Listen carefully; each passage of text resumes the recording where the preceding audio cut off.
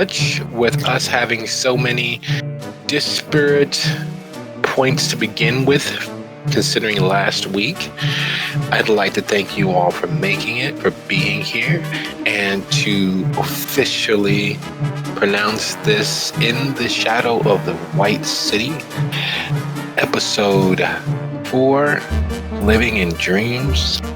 When we last left our troupe, several truths had come to light. There was the arms deep balance of Dami and David with the ramifications of their actions and finding the tablet and agents involved in their moments of minor chaos. There was the choice sitting before Abner of loyalty or duty. There was the claustrophobic ramifications of the many skeletons in Everett's closet coming due. And there was the very real ghosts of the past for Concordia. So we begin in alphabetical order with Abner sitting with the choices ahead of him, knowing the call and summons to Yoshama still being there.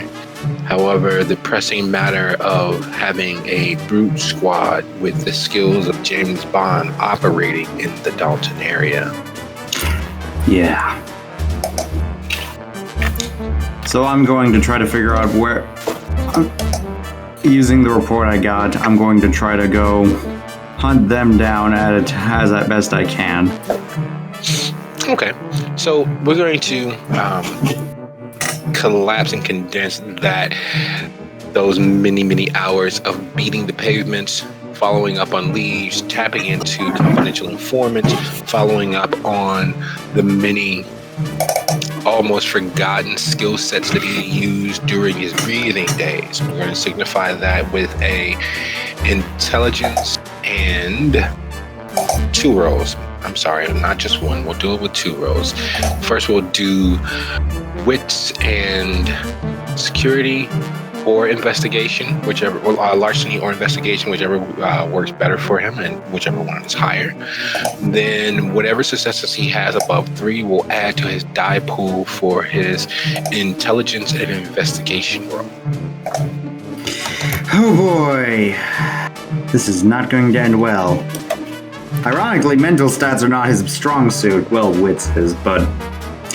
Well, this is going to end horrifically. Yay, horror. It's always a good thing. No, it's just 3 directly. Okay. And then next up is his investigation roll. Oh boy, this is going to end horrifically. $5 says this one's a bestial or messy. That's worse. That is. So, there are moments when fate steps in. We have witnessed and experienced several of those moments over the course of Abner's on-screen life, of fate stepping in, driving moments to a ramped-up conclusion. Unfortunately, it is with the changes in certain protocols, without having the end following up on the information that he's managed to scrounge up, the sources he's managed to tap, he arrives at their purported safe house just as he catches sight of 3 SUVs peeling out with all due haste. Arriving so late, and the SUVs moving with the speed that is an earmark that they are moving towards an action. They are moving towards a mission. It is mission critical time. It is definitely go time, and they are burning out like the devil himself has lit a fire on their tail. Oh no. Luckily, they did not notice him. Luckily, they don't know who he is or what he is at this point. But they are tearing out and beating feet quickly across the pavements. There's no way to catch up to them with my limited speed. Not on foot. And the bad part is I don't have any way of... Worth a shot. I'm going to try to... I have shit drive. I need to think. Okay, I'm going to... I don't know what to do here. I'm going to... Well, you can't keep up with them on foot, but keeping them in sight while driving, while may not put you close enough to put a stop to whatever it is they're planning, being close enough to witness whatever it is they're planning, however, does give you the dealer's choice. Could I keep up with them if I start leaping from the rooftop to the rooftop? No. Worth a shot. Problem is I don't got a car. No, you're not having a car is definitely a small hurdle. However, in the grand scheme of things, subverting security systems or not giving a damn about security systems is definitely within the purview of a former agent. I'm going to try to take a car. All right, sounds like a plan. Go ahead and give me that wits plus larceny really quickly. Yep, that's what I thought it was about to be.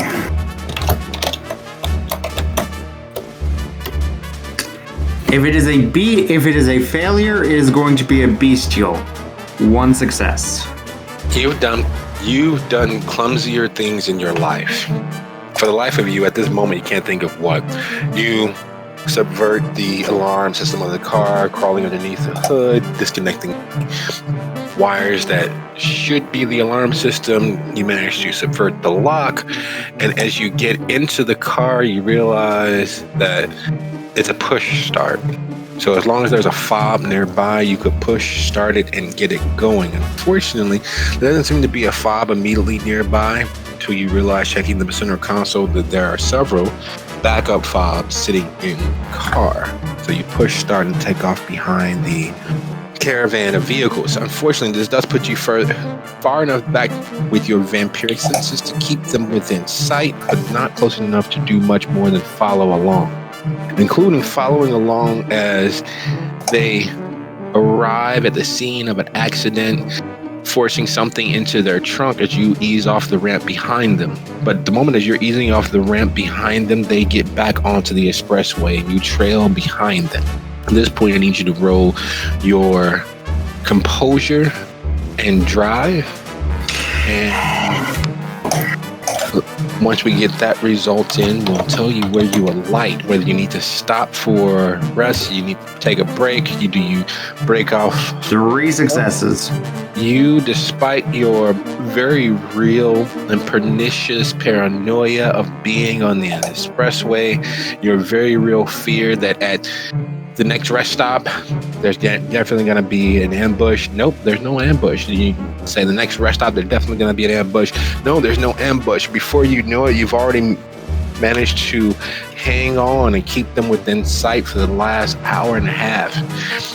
And that hour and a half quickly disappears and adds until you're roughly about 3 hours in, and you realize that based on the signs that you've passed and the very real fear that's been riding as your co-pilot, that you are nowhere near Dalton at this point. You are nowhere near anywhere at this point. You are way outside of mission purview, and it's a good chance that if you don't find a place to alight, this car will be reported stolen, and that you very well may be the subject of some random stop, some random sheriff, some random road agent who is seeking to follow up on the very stolen plates. Luckily for you, they wheel off the road and take one road into the next, find themselves somewhere near on the road known as North Prospect Avenue, and they take that left onto Ogden, moving past the park and into a pseudo-urban suburban area. It is that very well break point where the city meets the suburbs, but yet still just city enough in terms of population congestion. They move into a darkened warehouse, the door rolling up automatically as if it's a garage door opener being used. You realize that there are several individuals inside, and based on sheer distance covered and the hour of the evening, you're pretty sure that they are there to stay for the nonce. At least you hope to keep them within sight for intelligence gathering purposes, but you know that the sun is not that far off.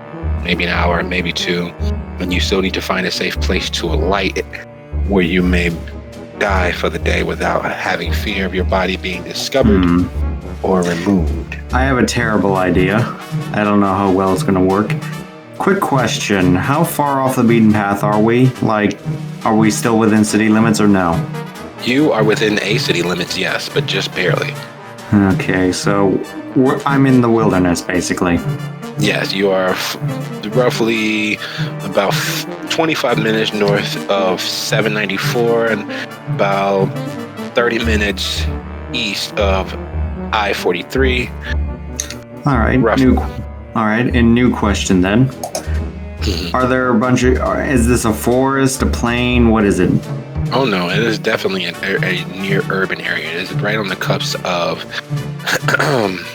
a very countrified urban city. It is very much not the wilderness. You're not in the middle of a forest preserve. You did pass several parks getting here, several forested areas, but there are apartment buildings, there are condos, there are single family homes, there are standing two flats and the like. Sorry, I had to sneeze. Anyway, I'm going to abandon the car, and I'm going to look around and try to figure out if I can find a building that nobody lives in, or maybe a place where there's maybe an attic or somewhere that nobody goes into. Okay. All right, that's definitely 100% doable. We're going to need you to go ahead and roll your wits and larceny for this one. As you scope the area, you move from... Bestial failure. No successes. You move from one area to the next. You find a place where you think you can alight. Then you smell the telltale sign of a molasses, super sweet acridness in the air. You realize that you smelled that scent previously, and it sets your teeth on edge. That scent is very much a scent of an opioid being smoked. That scent is very much a sign of not just simple urban decay, but moral decay in your eyesight. It is the sign that the very cold and cool, demonic touch of kindred has fallen over the city with such clear control that the humans are willing to descend to all manner of complicity and evil. Corruption is here, even in this moment where your mind is, when you're all about trying to do the right thing and save or avenge the touch of the kindred that thorough. You're not sure when you blanked out exactly, but as you stand over the rack and ruin of your beast settling in, making your will known that you will not allow the monstrousness that is in your blood to take hold of any other lives, of any other people. The area is a waste. There are broken slats of wood, columns destroyed, the overturned burner that was being used to purify the drugs they were ingesting, having caused a small fire which has put itself out after consuming the bulk of the drug spilled into it. You know that they're not the sort to call the police. However, the fact that you were able to hold yourself that much at bay as to not destroy them, it's not a feather in your cap, but it is one of those, thank God, if not for your grip on your humanity, it could have been far, far worse. I run away. I got nothing. I can't stay there. I gotta go somewhere else. With that being the case, unfortunately, it does leave you several blocks out of alignment. It leaves you several blocks away from your easy vantage point on that warehouse. However, you do find yourself a place to alight, as the fear-inducing touch of the sun seems not that far off. It seems very close, very actively close, and you know that the night is running out. So you find a place in the basement that has no easy egress of light. There is a dampness here and a stench of unused space that lets you know that push from the shove, at the very minimum, you should be safe here at least at night. And as thoughts of how close you came to losing your grip on yourself and how close you came to ending a human's life settle over you, the night ends. Abner drifts into death with those thoughts being most prevalent and weighing on him. And as his eyes close with the sun cresting the horizon line, he hears somewhere from deep down inside, Flamil, Flavazo, Hasafef Incorporated. They're gonna do it. And as we shift gears a small bit with Abner ending his evening. Concordia? Yep. As you look at the building where you and Geneva shared that wonderful weekend before things went completely sideways, looking out on your view of the lake from several blocks away, but with a clear vantage point, the memories of how happy you were in that moment. A powerful kindred willing to spend the entirety of their focus and attention and to admire the beauty that is your life, or that you thought would always be your life. You take in the fact that you are miles and miles from home. And you are, for the first time in a very long time, not the center of anyone's focus or attention. You are alone with a mission ahead of you that is designed for easy failure. What is the first thing you do once you drop your bags and put your things away?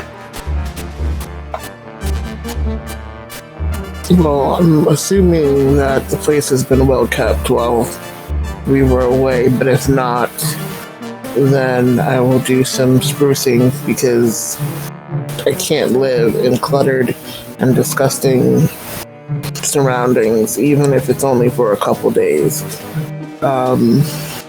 Once that's done, then I'm going to orient myself and start making plans to contact the people I need to make sure that they know that I've come into town, so that I'm not surprising anybody or breaking any rules.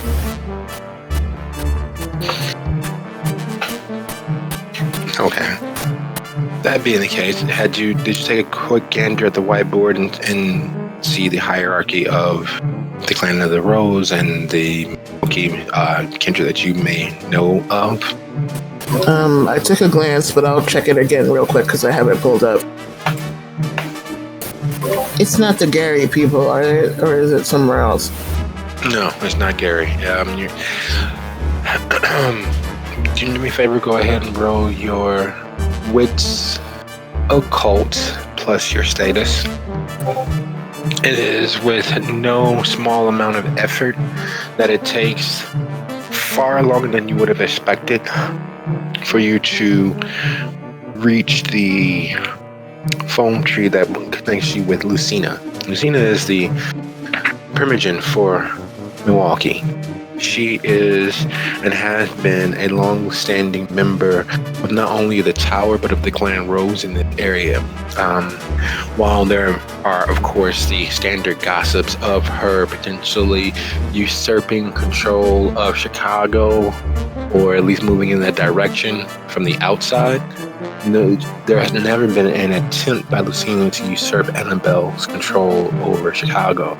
There hasn't been any attempt from Lucina to do much more than assist Prince Decker in maintaining as much decorum and class as possible, considering how besieged the city is from those dastardly and dangerous lupine. And unlike in Dalton, unlike in the south suburbs of Chicago's very gleaming specialness, Milwaukee is a fetid pool of paranoia. So even after several signs of good standing and reading the scrolls, as it were, as to reputation and who's connected with you, whose child you are, where you hail from, there still needs to be a further vetting of the fact that you are actually who you say you are. So instead of it being the typical 10-15 minute chit chat catch up session where various questions and riddles are laid as a test, this becomes a battle of your stamina, of your composure and your resolve and your ability to withstand the cloying, oppressive paranoia. And finally, the address is sent to you. The address is given as to where you all can meet. And luckily for you, it is within a half a mile of where you currently are. It is an out-of-the-way jazz club that keeps later hours than most others. It's the sort of place where in a different time, there'd be gangsters and mobsters and all sorts of local celebrities. In this day and age, however, it is an out-of-the-way place where people who work in the service industry find themselves when they need a drink after a very long night of kissing ass and having their names and numbers taken, where they have to all but whore themselves out to make a decent enough wage to piss it all away as a form of self-therapy after a rough evening, after a rough shift of dealing with the public. So you find yourself in the little jazz club. It is Slim McCool's Speakeasy. And the name alone makes your skin crawl because it is definitely not your decor. It's definitely not your style or semblance of class. Even the stylish iron tiles, well, copper tiles that adorn the ceiling have been painted over in the garish puke green that makes you want to look away and barely control your gag reflex. Lucina, however, is unbothered, unfazed. She sits in a booth along the near back brick wall, close enough to the stage where you could tell just how many burgers the senior has had within the last 2 days, where the sweat shines and glistens on their forehead and cheek as they scat their way through a rendition of Land of Confusion by Genesis, done slow and overly loud. The very first thoughts in their brain are, God, I have died and gone to hell. I believe this is well and truly my worst of nightmares. The moment you enter, Lucina stands clearly understanding who you are, a smile on her dainty, overly painted red lips. It is clear that she was taken for her beauty and not for her wisdom. She is literally a copy or clone of Shirley Temple Black as a teenager. The curls combed out with all due haste and care this evening, the near cherubic light dancing in her eyes, and despite her clearly adult age, the underage style of dress. Clothes are a little too form-fitting, accentuating her feminine figure. Her jewelry a little too amateurish. Her shoes, let's not talk about her shoes. They really don't go with the outfit that she's wearing. And then she takes you in with a smile. I am sorry about all of the vetting, but unfortunately we're having a really rough time as of late, so we have to make sure that we are as who we say we are. I'm Lucina. She extends her hand, overly extending the elbow so it looks as awkward as you can imagine. It's not the graceful or classy, stylistic greeting most would offer. Very much designed to make everyone uncomfortable. Ever the courtly sort, they reach for the hand offered and bow sweepingly and give it a kiss and come back up. Oh, you are such a charmer. So, I understand that you all are working in accord with Annabelle's people in Chicago, but how is that really any of your business? I don't mean to pry, but I understand that you're not a hound. You aren't a deputy hound. You don't hold any station. You're not connected with those wild, crazy people that we hear so much about, those shelter folks either. So why are you here? I'm here as a favor to your prince. I am hopefully helping a group of young individuals on their path, keeping them out of trouble. They need a more cultured, strong hand. I'm sure everyone could use that help, but again, kindness isn't normally like our thing, so it doesn't really add up. You know what I mean? Like, if someone asked me to do a favor, I'd only do a favor if there was like some balance, some recourse that was coming my way. You know what I mean? Like, there's got to be like, and it doesn't seem like there is one. So I'm wondering, why are you allowing yourself to be used? You make us all look bad when you do stuff like that. My dear, nobody uses me unless I decide to be used. But, mind you, I do get something out of it, but what I get out of it is none of your particular business, now is it? No, of course not. As long as you're getting something out of it and you're not just being used, you're not making it look bad, I don't mind hoping, of course. It's just, well, you have to understand, like, everyone talks about everyone talks about Chicago. So the fact that Decker wanted to reach out for help for a second time in such a big way, it doesn't really seem to be any of our business, especially being as he refuses to take our counsel in this regard. This is something that we don't need help with. Do you get what I'm saying? Like, there's something else that he's not telling me. That's the reason why I don't want to get involved. But that being what it is, you want to meet him. There's a get together tomorrow evening. It's going to be down at the Black Rose. JW will have all of the details. I can get you his information. It may take me a couple of hours, so maybe I should just reach out to you tomorrow. But I want to say, welcome to Milwaukee. Of course, it's just a formality. The official welcome will come only when Decker says that you can stay for any period of time. As a guest, as a tourist, of course, we will be very gracious and understanding host, but you're not really a person of good standing until that happens. So if I were you, and I'm not, I would keep my nose clean until that official welcome. Decker isn't the most understanding. One of the greatest quotes of his is that innocence is just an excuse for less punishment. So, anyway, welcome Milwaukee. I won't hold you much longer. I'll pass along that you are a member in good standing of the tower and that you are the overwatch for the assistive sheriffs and hounds that Damien has sent our way.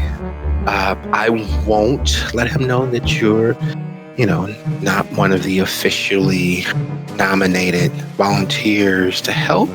I'll keep that just between us, okay? You are an absolute angel. Why, thank you, my dear.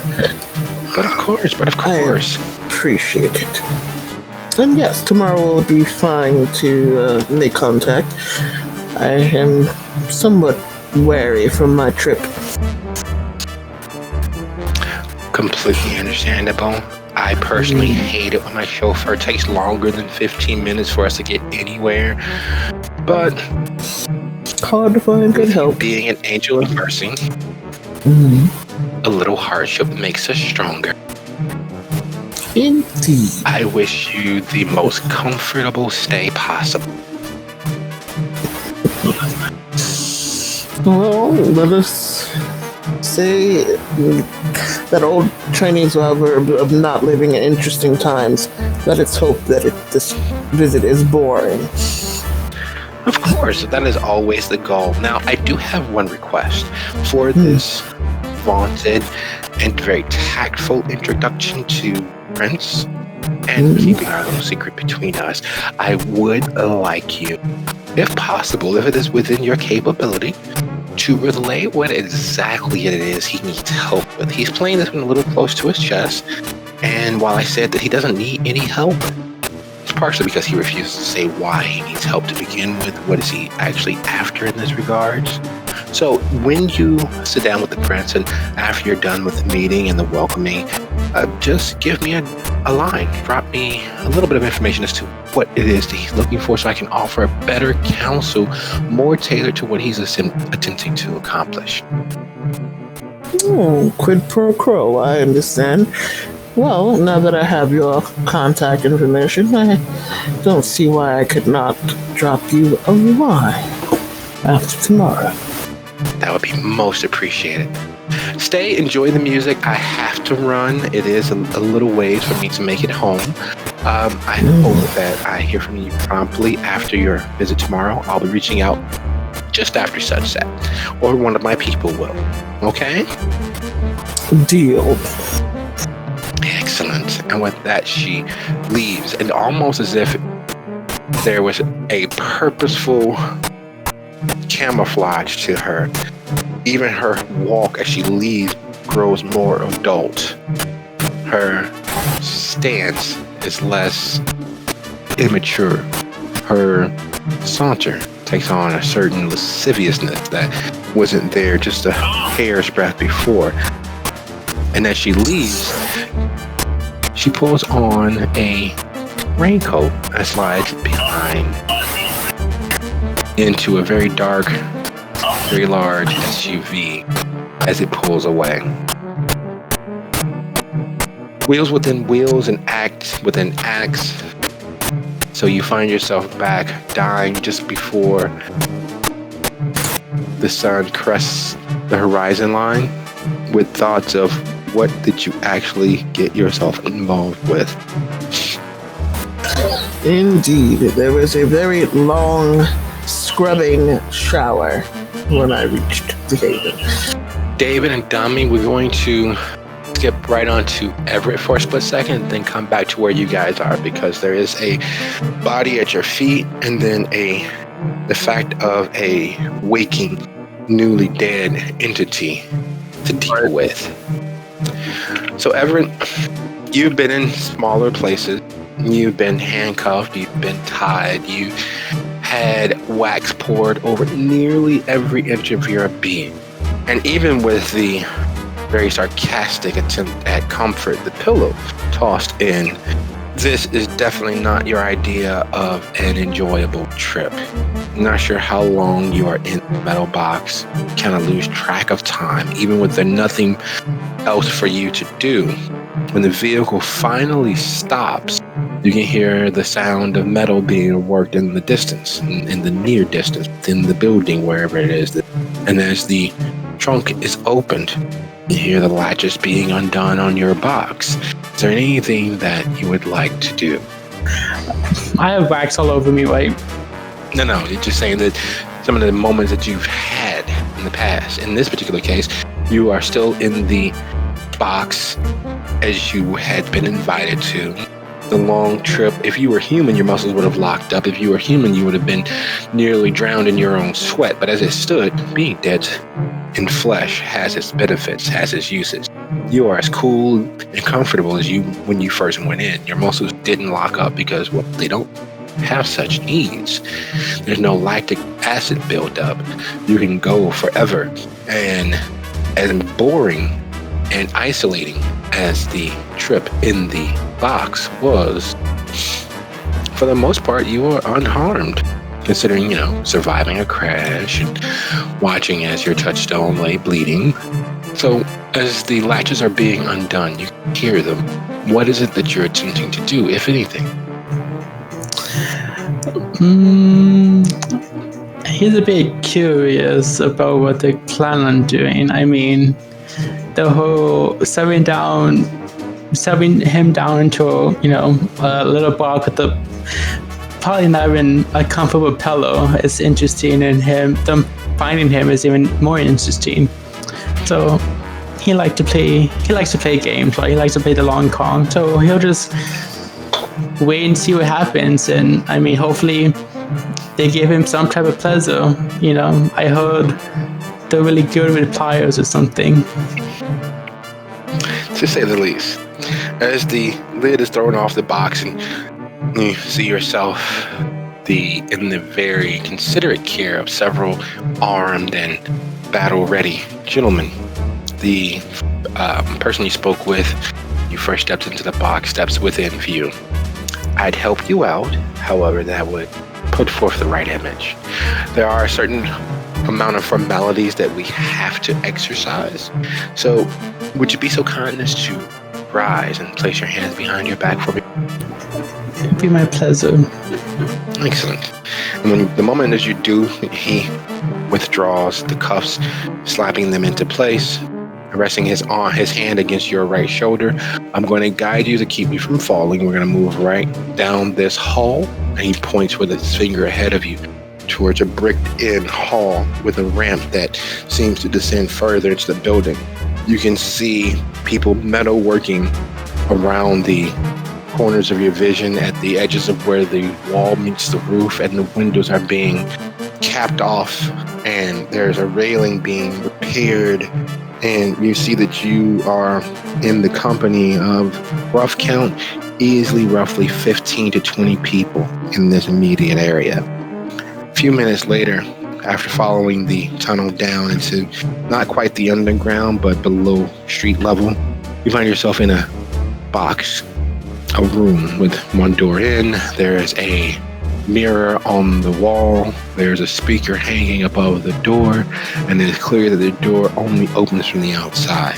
Because when you first walk to it, he presses his hand against the scanner, the door swings open, he motions inside.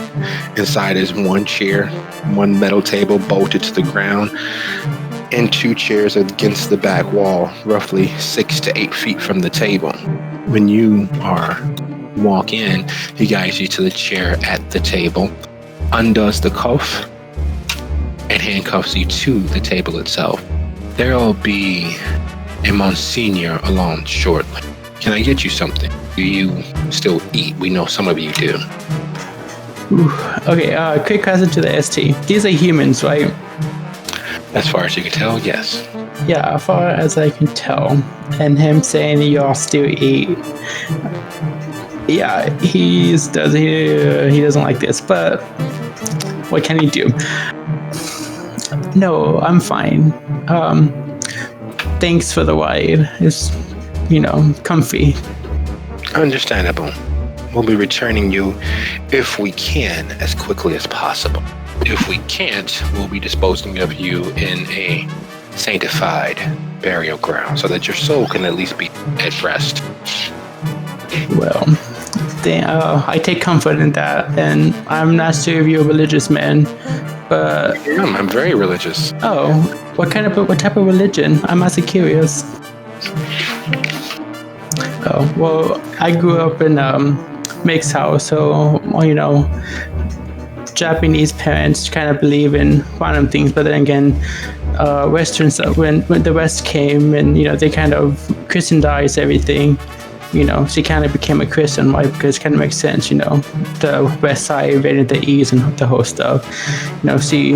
Mother grew up in a Christian household, I guess, and father, grew up in a Catholic household, so they came together somehow and kind of teach me the Bible and stuff. Have you read the Bible? Or the Quran?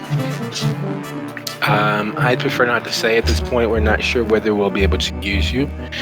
If you are, as we suspect, someone associated with the correct order, and we reach an agreement, then we can discuss several things, because I will more than likely be your handler agent. But for now, I would suggest that you divest yourself of any impulse for deceit. I suggest that you call on your form of faith and, stay strong. And with that, he turns and leaves. Nothing in anything that he said seemed ominous or seemed threatening. It seemed like there was a guaranteed outcome, and they were prepared for either extreme, as if they've done it before. And the woman that enters almost immediately upon his exit lets you know that in fact they have done this several times before. You've seen her, and you would swear her twin, several places throughout Dalton over the last few months since the disco. She undoes the severe bun at the base of her skull. She takes off her glasses, and she sits that and the notebook she's carrying down in the chair next to her, crossing one leg over the other. And she dares to meet your eyes. In my head, I'm like, that's pretty fucking ballsy, but I'll let her talk first. She licks her lips, and she folds her hands, steepling them in her lap. Then she waits, and she breathes. And she looks towards the mirror and then back it. There's a soft tap, more than a few moments into her sitting at the mirror. Then she clears her throat. Mr. Yeager. Go on. I am Knight Matron Elzabetha Oceanus II. My father was a pastor, a knight, a deacon, and one of the founding members for our order. He lived to the ripe old age of 127 years old. 100 of those years were spent in the field conducting operations against your kind. How much do you know of our order? Well, I mean, I heard stories about priests molesting kids, and I'm pretty sure I'm not your type, so I'm kind of confused on why you kidnapped me. I mean, trust me, I know I look young, but I'm not that young, you know what I mean? I'm out of college, 25. Come on now. Oh wait, y'all aren't Catholics. Wait, see, I asked him what type of religion were y'all, and I thought y'all were Catholics because the whole real Vatican and Catholicism.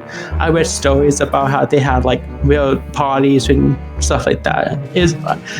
No offense, but I don't know what your religion, but this kind of seems like something a Catholic would do. I understand. You're not ready to speak. Enjoy your time. And with that, she puts her glasses back on, sweeps her hair off of her shoulder, grabs her notebook, stands, looks over her shoulder at you and smiles, and then leaves. Silence is an effective tool. It's such an effective tool that moving between silence and sheer violation of noise is one of the many tactics used against the living to keep them off center, off base. And while you're no longer living, silence in and of itself, being left with no answers or no recourses, is nearly just as effective because there's nothing left except for your thoughts. There's no audience to perform for. There's nothing to expend your energies against or to exhaust your will against.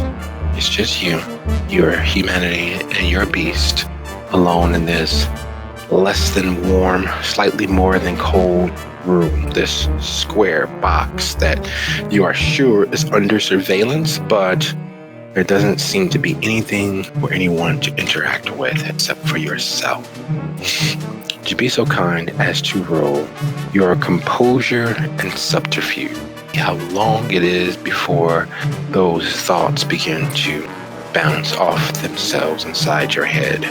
So as the sun comes up and you feel it from a distance and death begins to call, is there anything else that Everett would attempt? Is there anything else Everett would try?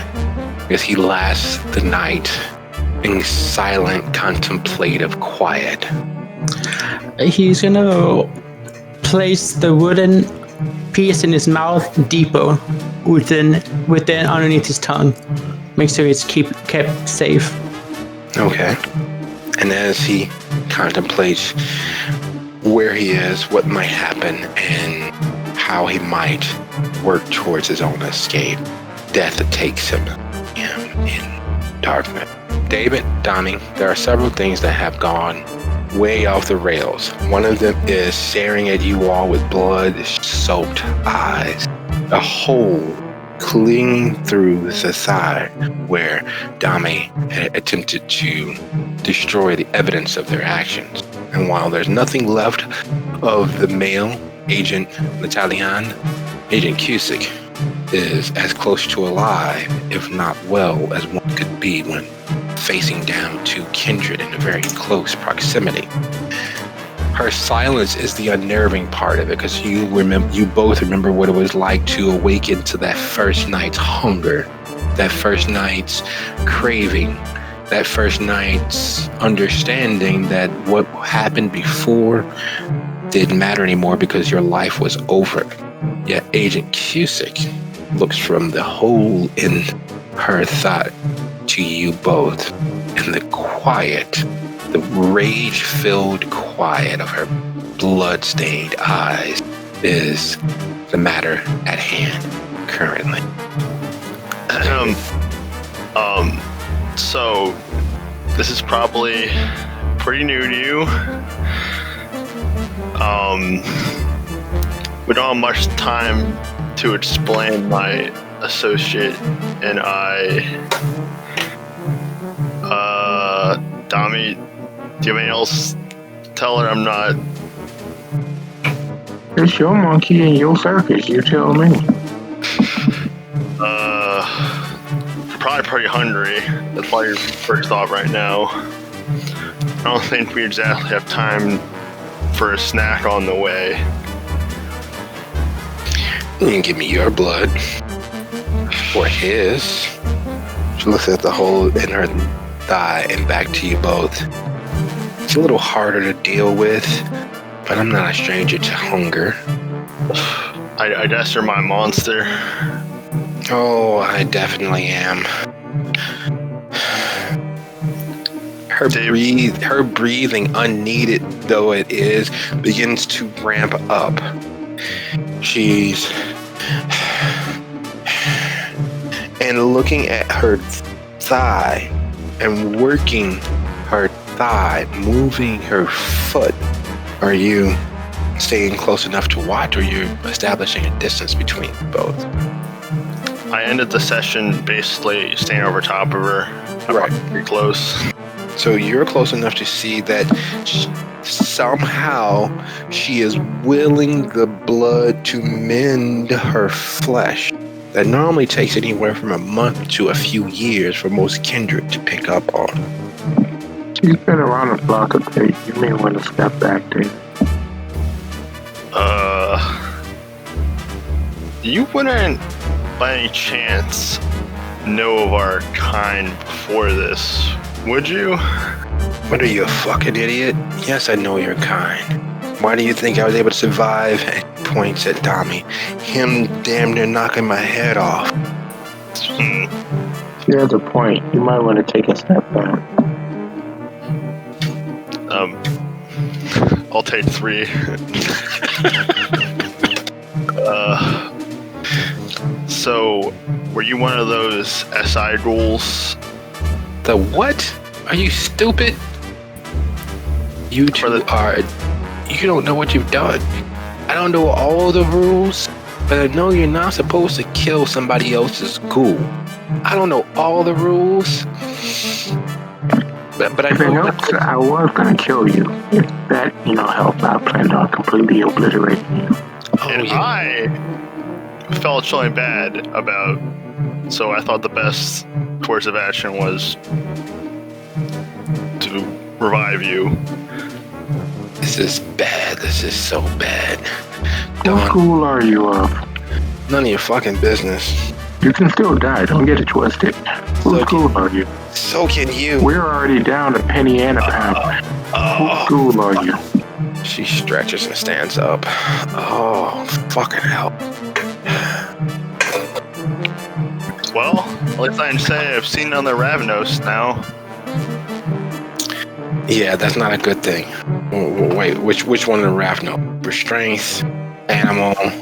We're not really good at much anything but parlor tricks. Great. I've got the useless one. Why don't we all get the hell out of here before things get really more complicated than they already are? Oh, they're definitely already complicated. And if I were you guys, I had to go I don't know what I'd fucking do if I were you guys. I'm trying to figure out what I'm gonna do as me.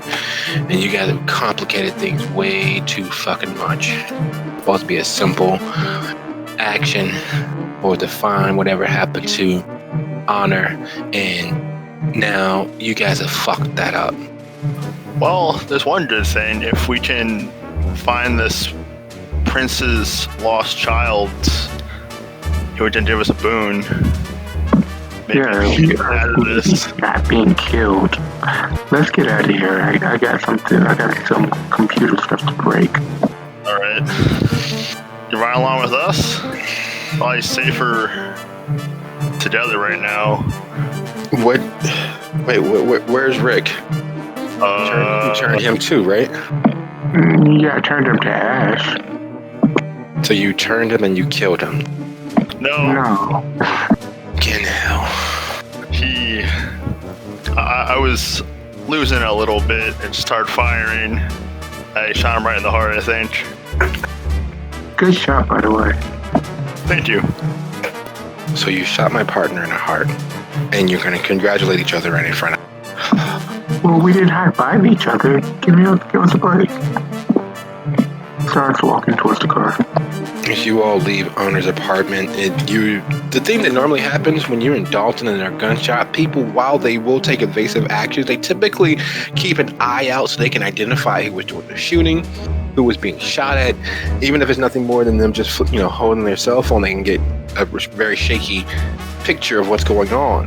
There were several shots fired in this apartment, surrounded by other apartments, and there's not one person in the hallway.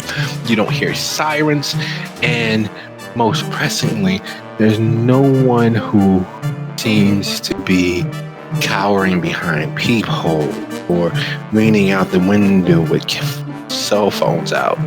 All's quiet, as if they are accustomed to random acts of great violence. Wow, Milwaukee's hardcore. Let's get out of here. Oh. Yeah. Come on, let's go. David points to her. No, I know that I'm probably gonna have to look for you all.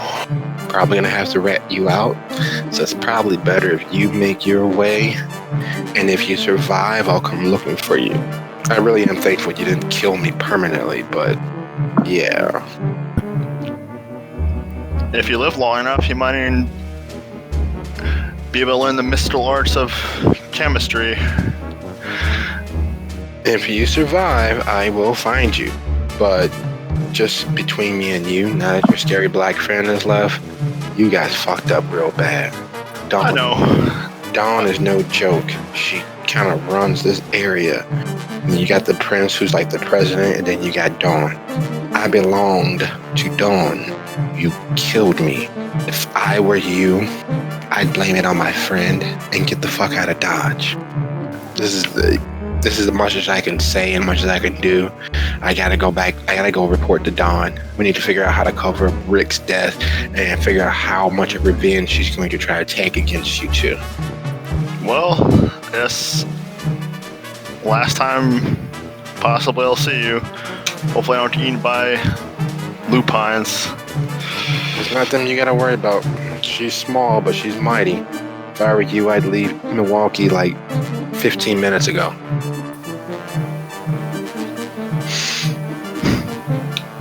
Don't tell me twice. And while she's putting on a brave front, you can see a small few cracks at the edges of her control. The beast very much is still there, but much like she stated, she clearly has experience with it, if not a watered down version of it. And as you head down to the Hellcat with Tommy, is there anything you two are discussing in regards to what just took place? You all did what you felt you had to, and you remember your conversation with Decker. So where are we off to next to look for this missing child? Okay, well, the spirit told me that she's with horses, so I'm thinking to find out what the horses mean. It could be that weird place that JW was talking about, that place that no one goes to.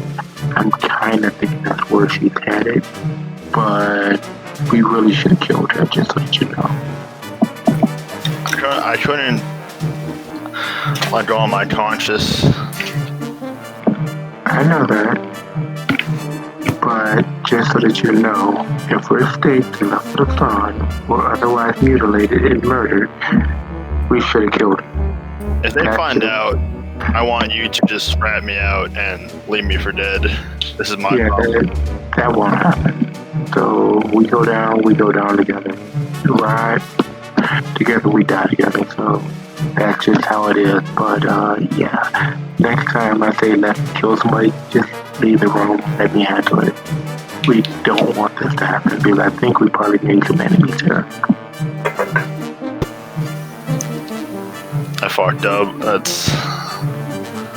Do you think you can drive back to the hotel? I'm gonna work on this this tablet, see if I can crack it. Yeah, I can. Okay. And as you all head back to the hotel for the evening, everyone having exhausted their first night in Milwaukee, we're going to take a quick 10, see you guys back here at 33 after the hour, and then we'll pick up with Abner rising for the evening. You two fucked up. Yeah, well, mostly me. I didn't want to have another dead human on my hands. Yeah, I think you're better than a dead ghoul. Is that any better? Yeah, I mean, I guess she already had probably blood on her hands already, especially how she handled that. Well, good news is chances are it's going to take her at least a week for them to plant revenge. So it's going to take us about a week. We'll be done, maybe back home before we can deal with her coming in Monday. How she talks about her, probably a bruja. I can handle a bruja. I'm hoping that it's not like the gang group. That might be complicated. Bruja a lot more subtle though. You have a normal looking person walking up and they punch you 3 times, enough to crack your sternum each. Yeah, but a Gangu can shapeshift and give calls to do aggravated damage. Yeah, or it's turned to a Kodiak Grizzly. And push cars over. There's not a whole lot we can do about that. I'm gonna run to the restroom, I'll be back. Alright. What would Abner think of this? What David did? I don't know. Let's ask him whenever you see him again. At least it wasn't a human. I can tell him that. And her partner was probably also a ghoul. Sounds like Milwaukee has a lot better grip on the infrastructure here than Dalton. Multiple ghoul cops would really help. Yeah, but how big is Milwaukee? Oh, it's on the map now. I'm not totally sure this map was made Milwaukee. Well, I know it's a pretty decently sized city.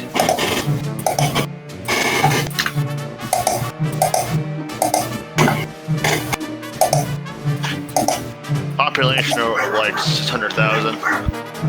Yeah, we're 31st in the most populous city in the US. A lot of people. That's some more rural parts, I guess. That's why lupines do well. I guess vampires, at a lesser extent, do better. Less cameras.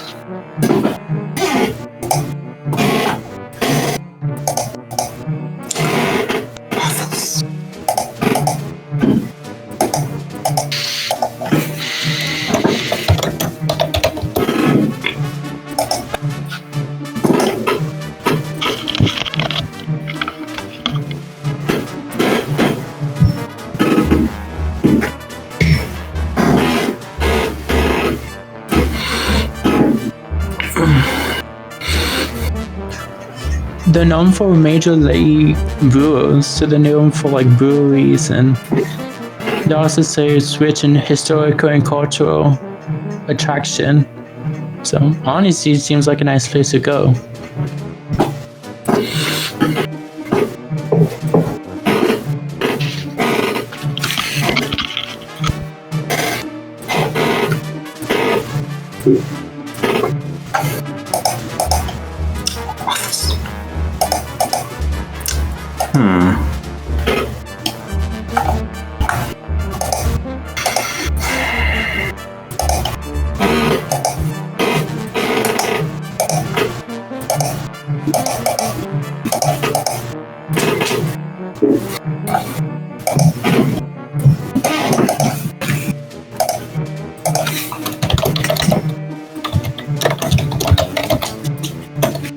But easy. Now come back now, okay?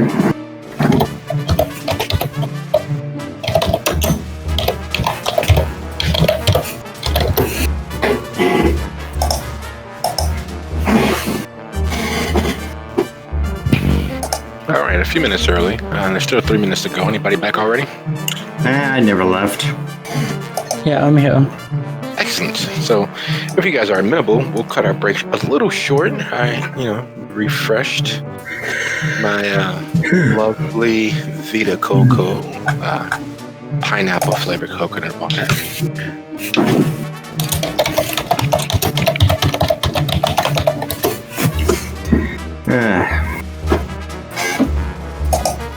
That being the case, Abner, would you be so kind as to go ahead and give me that quick rouse roll? And as you awaken for the evening, with your intentions being what? Oh, that's a surprise. Alright, jokes aside.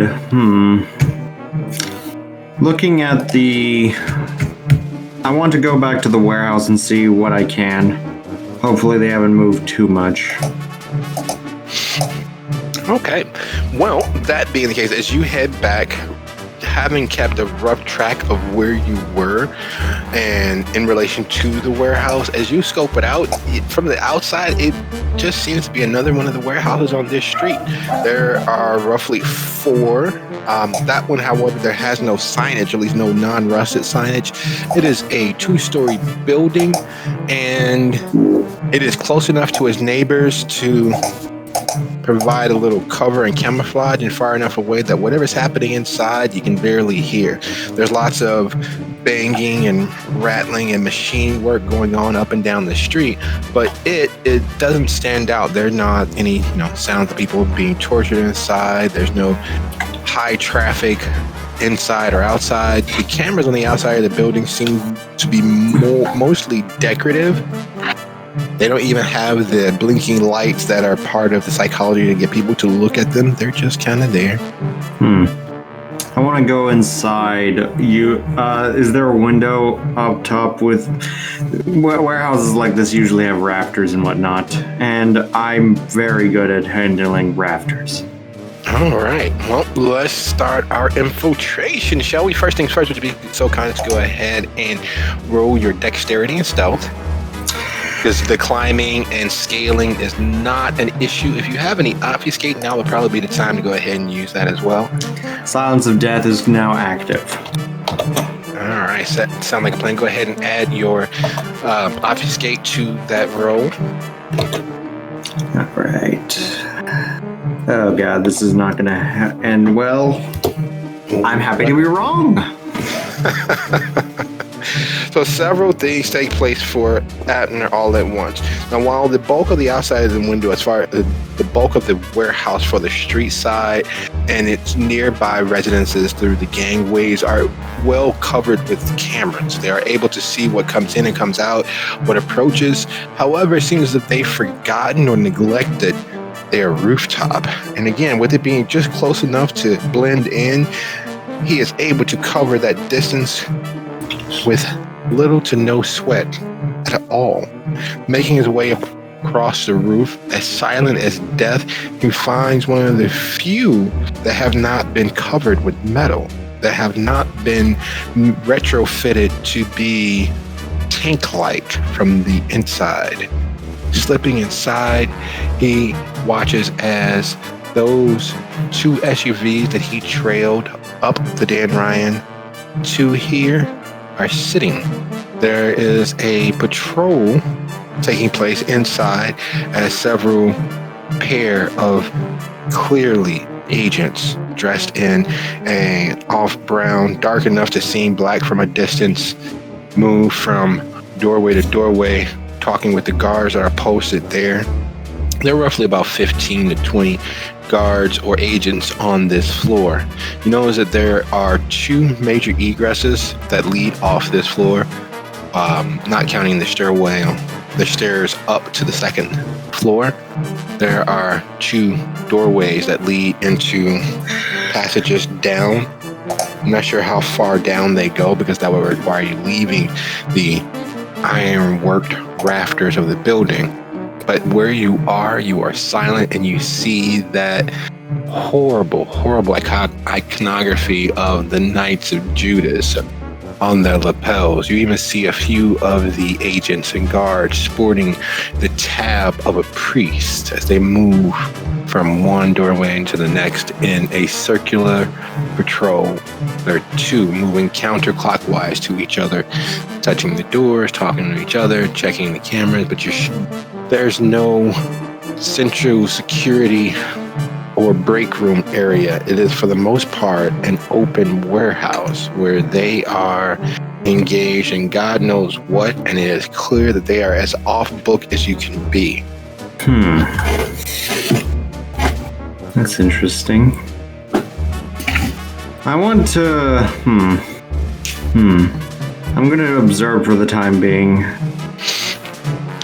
Alright, sounds like a plan. Posted up as you are, you're able to watch as boredom does begin to settle into a few of them, but for the most part, they are as well trained as you have come to expect for any of the several organizations that work with First Light to be.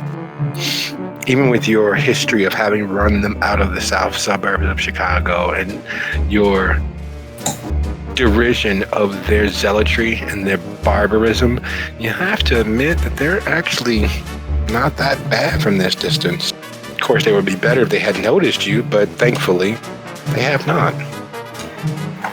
All right, I want to look around. Can I figure out where their weapon caches or anything like that might be?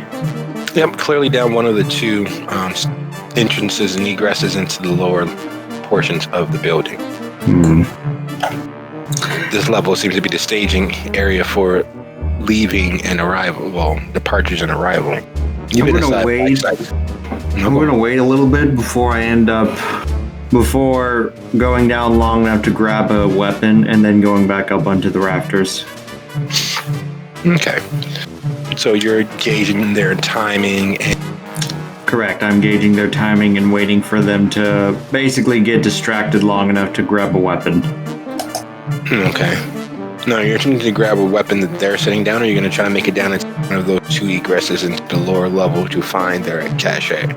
Can you repeat yourself? I didn't hear quite right.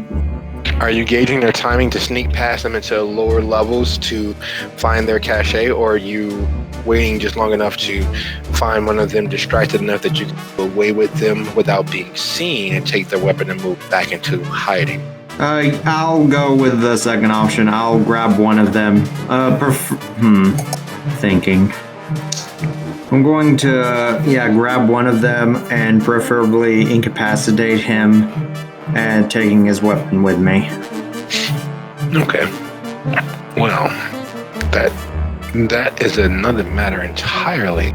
Skilled though you are, the building is enclosed and not isolated completely, but they are, in their own little world here. So that being the case, with the difficulty having increased a little, because you're going to distract one of them, isolate him, wait for him to isolate himself long enough to be incapacitated without anyone else noticing. And there's only 15 or 20 of them with 2 groups of patrol happening. So, let's start. Do you have any celerity? I have I think 1 dot in celerity. It is not much. I see. Okay. So, Yeah, I have Cat's Grace, which means I automatically success on keeping my balance. yeah, you are graceful and a thing of beauty to behold in motion. And just a little faster than what most people would expect. That, however, would not be enough to offset the fairly high difficulty of being unnoticed. Let's put this to the test, shall we? Would you be so kind as to go ahead and roll your dexterity and brawl, adding your celerity? Can I use melee instead? I don't brawl, I use weapons. I have a stake. I'm sorry for the attitude this time, but it's always brawl. Well, brawl is unarmed combat, so unless of course you're going to actually stake your target, literally drive the stake through. Or beat him over the head with the stake. That's not necessarily the purpose and wouldn't give you a bonus in this instant. But actually, we can use melee, but it will not give you a bonus. You lose your celerity bonus because you're not. I'm cool with that, actually. Okay. That being the case, go ahead, roll dexterity. And melee. Here. Because otherwise it would just be 3 die. In this case, it's 6 die. See the point? Okay, I'm surprised. Leaping on the rafters, you cudgel the nearest isolated guard. She drops like a sack of potatoes. In the fall, she cries out in pain from being clubbed over the head as one would. Snatching up her semi-automatic rifle, you realize that the cry in such a cavernous, open... I do have Silence of Death, and I don't know if... Yes, you are completely silent. She, however, is not. Alright, just checking on that front. Being clubbed over the head into unconsciousness does leave you with the notice and attention of several nearby agents who are in a fortified black site. Would you be so kind as to... I'm going to roll 1 die at your wits to the number, and I'll do the same for them in regards to see who acts next. You said 1 die plus wits? Yep, add your wits, the total number of dice for wits. For instance, if you have 2 wits, 3 wits, 4 wits, you add that 4, 3, or 2, or whatever your wits are to the number on the die. They have a... Oh, okay. Roll a single die and add that, okay? 3, yep. And that's a 5 plus 8. Gives you an 8, and then 3 plus whatever they roll is 10. Alright, so you leap down, you club her, you snatch up her semi-automatic rifle. The guards near at hand, 3 which are close enough, the others will see what happens with them. Begin converging on her area, spotting an unknown individual not wearing their uniforms, not one of their members, a hooded gentleman who's standing over one of their fallen brethren, open fire, and one of the 3 decides to call for aid and assistance. So let's go ahead and look there.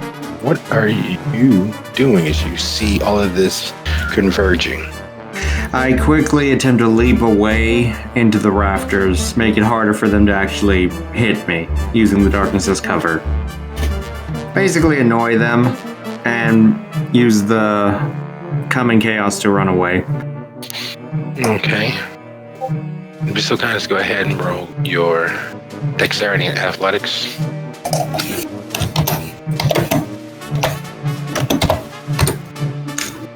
Okay, reducing that by 1 means you take 3.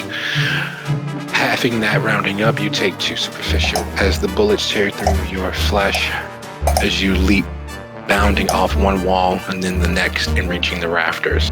Your elevated position does provide you die of cover, while they unfortunately now have their full attention.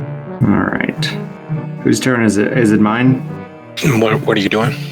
Oh, I mostly just get into the rafters and using the darkness, I just try to run away, basically. Basically, I'm trying to get out of line of sight so that they start to panic and start looking for me. If that makes sense. I don't know if that makes sense. Well, from the rafter position within a, it's just, you have to cover a few inches of protection by interspersing the rafter between those on that side, but in doing so, you would open up your back or your side rear from the others on the opposite side. These are trained operators, so the attempt to hide in shadow, they just spray the area and wait for the body to fall. Having been in similar positions yourself while living and breathing and laying down suppressing fire to literally overwhelm your enemy with lead, you know what the outcome is. There is one of you against 14 of them with the alarm raised, which means whoever, if there's any others in the lower egresses joining shortly, it is, even with a full clip, it is simply a matter of time if you remain inside the warehouse at this point. All right, tactical retreat it is. Right. Let's. You of course you have an automatic assess, but you're going to roll your dexterity and athletics to see how many attempts at missing, actually, how many bullets do not course through your body in the next few minutes. So, that being the case, let's go ahead and get that roll out the way, and then you go ahead and roll your dexterity and athletics. 2 successes.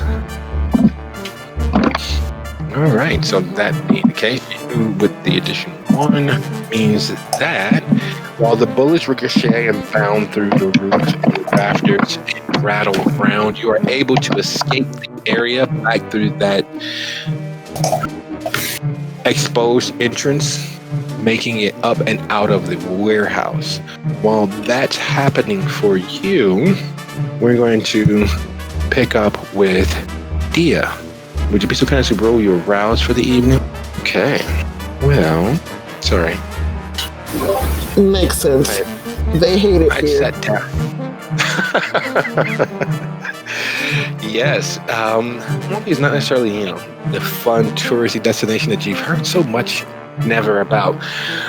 You wake with your beast literally clawing your insides, demanding sustenance, demanding someone peel grapes and man the fans. That's the only way that you're going to survive this sweltering, oppressive heat that is the poor environment that you are.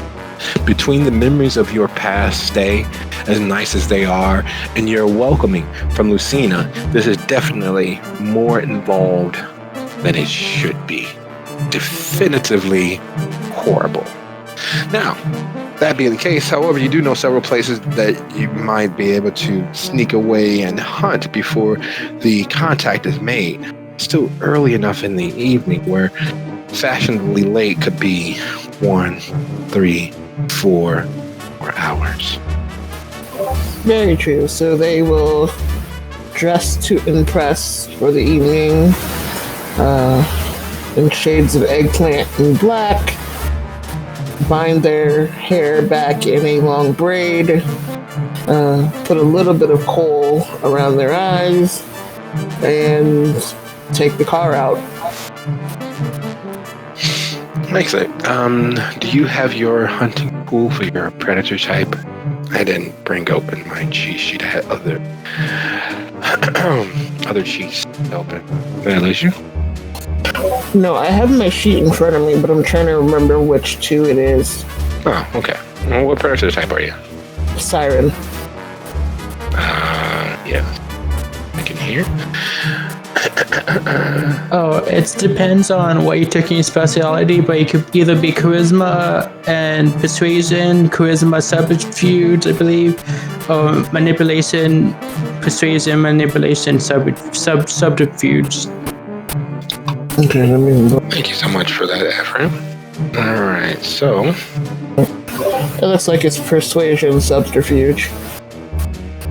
So put seduction under subterfuge. okay. And the outcome is of your cruising, as it were, from one club to the next, making a scene upon your entrance and mixing and mingling with the crowds at hand.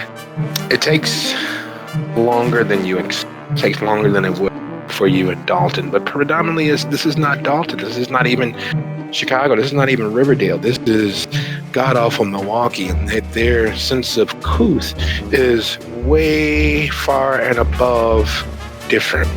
You hear so many jokes about brats and how to cook them and when's the next cookout, and you should do a tailgate instead of a barbecue, and the conversations even don't stretch to what normally you find titillating intellectually. But lo and behold, with your diligence and the bees spurring you on to dare very much, you find yourself canoodled with a lovely young lady who is visiting from St. Louis. You and her share a very comfortable, satiating moment. Now the thing is, she's a tourist. No one would miss her, as far as you're aware. A few little bits of conversation you bother to absorb in your time with her. Her going missing won't be an issue. The question now is, how deep do you drink? Well, I was warned the night before to keep my nose clean. So, seeing as how I'm only at 102, I'm just going to bring myself back down to even and leave it at that. Bid her good evening and make her mostly forget what happened. Unluckily for you, she's an aspiring songwriter, and she wants fame, and she's here visiting family.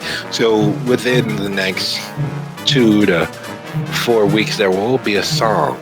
There will be several versions of that song that make its way to YouTube or TikTok or Facebook about her finding a girl in a dirty whiskey bar. And yeah, you can already hear it. You already know that you're gonna have some 2/5 beat, and it's going to be a riff on "I Kissed a Girl and I Liked It," either version, and you know that you're gonna have some bit of fame, though not directly named.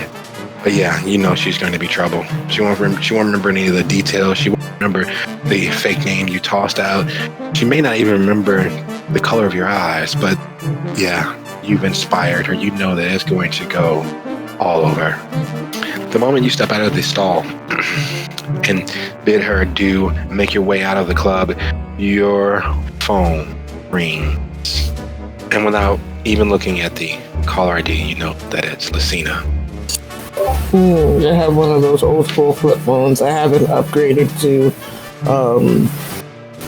the newfangled smarty things yet. So flip it open, press it to my ear. Good evening. Dear darling, Good evening. I am so sorry to inform you. I did find where the meeting is to happen. It did take some doing. Unfortunately, it seems as if your members, your friends, your associates have already made their appearance with Decker.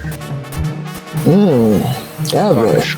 So I am afraid that I won't be needing you to relay what information you have. I spoke with JW, and it seems as if they're looking for Prince Decker's youngest child. So, if you're looking to assist them for a favor to be named later in fair exchange, I'll gladly forward information I have as to where they are. Unless, of course, you already know where they've decided to lay their head. You have me at a disadvantage, dear. I do not. Favor, you say? What sort of favor? Well, a small favor. Nothing hard, nothing that would require you to overly work yourself. But a fair bit of information for a fair bit of information seems fair at this point. However, I'm not sure what fair bit of information I might need. So, how do they say, a marker to be called upon later. Sounds fair enough. I was hoping you'd agree. So, to that end, I've already taken the liberty of having a few friends keep an eye on them. They are at the Four Seasons. I'm sure they won't be there currently, but that is where they are staying.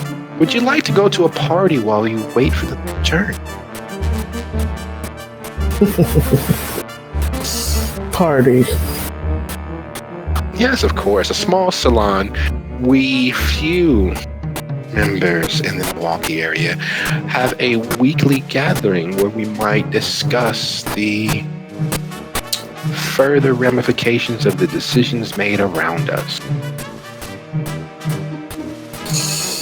Oh, I could stop by. Where is this being held? It is funny you should say so.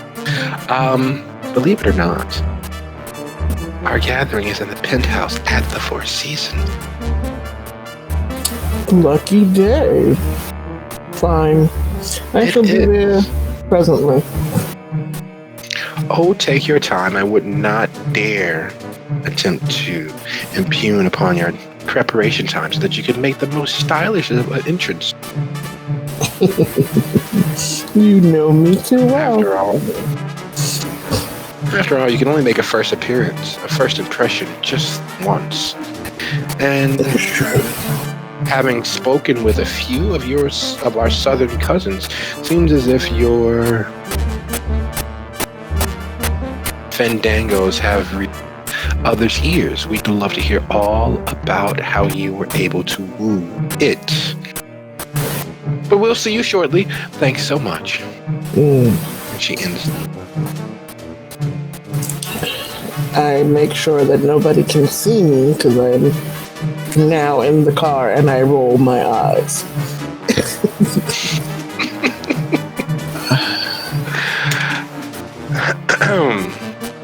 There's nothing like a gathering of like-minded individuals. The sharing of time is something that you can't get back even for an immortal. And even more so for those who jockey for position and wage emotional battles on a whim. New blood is almost as valuable as Bitcoin in your circles of association. And it is clear by the antiquated phrasing of a salon that this will be akin to entering into a world war. So it would be best if you arm yourself with more than a spear. It would be best if you prepare your armor with more than just hope and goodwill. You know very much that it will be a battle of epic proportion, fought on a multiplicity of fronts, with the victors and the losers carrying just as many scars to themselves as possible. So as you prepare for onslaught, the come-ons, the internecine strife, that standard fare, we shift to Everett. Would you be so kind as go ahead and roll your rouse? Somehow, your beast is hardy and willing to see where the night leads. It does not waken to the night craving immediate sustenance. It is always ever present there, but in this particular case, it does not stir you by beating at the door, demanding to be fed. It waits and stalks just out of sight with your eyes open. And the kinks that most of us would have sleeping in a chair don't appear and don't manifest. The very banal surroundings that greet you, however, are another matter entirely. This is the second night that you've worn this ensemble, and the accident didn't help with its presentation. This is the second night you've worn this ensemble. You are still in this malign gray box. You have not been accosted, which is weird. You expect, the water hoses, the phone book treatment, or some person to come in and tousle your hair while you're sleeping. Or worse yet, like that guy from Charlie's Angels will come in and cut a piece of your hair and God knows what. But anyway, here you are inside the box. This banally gray, your eyes open. There's a priest standing, leaning actually, with his back against the door, watching you come to life for the evening. Mr. Yeager. Does he have anything to tell me what religion is from, like a cross or like boars and bees or He's wearing a tabbed collar. He is dressed in dark browns that are dark enough that most would mistake them for being black. And he has that symbol over his left pocket. Oh, where his pocket would be. Mr. Yeager, I understand you did enjoy my sister. And you accosted her with profanity in an attempt to get a rise out of her. Would you like to hold a conversation, or would you like to try to demean me and my order? Either works for me. Well, typically, I like to talk about it, but the people I talked to before never wanted a conversation. But please, I love a conversation. I'm always thinking about, talking. If you will please. Yeah, is there a chair you could sit in, or you could just stand?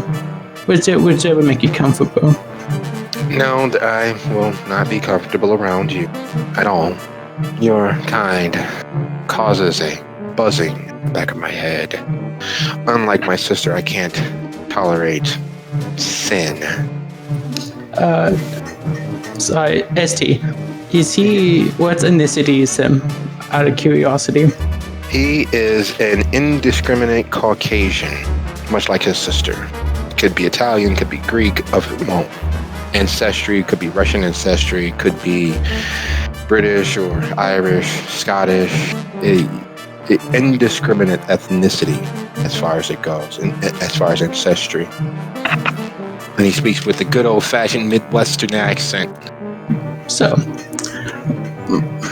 I mean, these handcuffs, I guess you could start with the conversation. Again, I have a small issue with being in such proximity to evil, so I'll keep my distance, and the conversation that my sister would have had with you on something like this. Mr. Yeager, do you understand where you are and why you're here? You would have responded, no, I don't. And she would have began with a long history as to our order and what it is that we seek and how we accomplish our goals. Unfortunately, that is not my forte. My forte is direct. And we're going to... You're a man of power. That's what I like. No. We're going to kill you.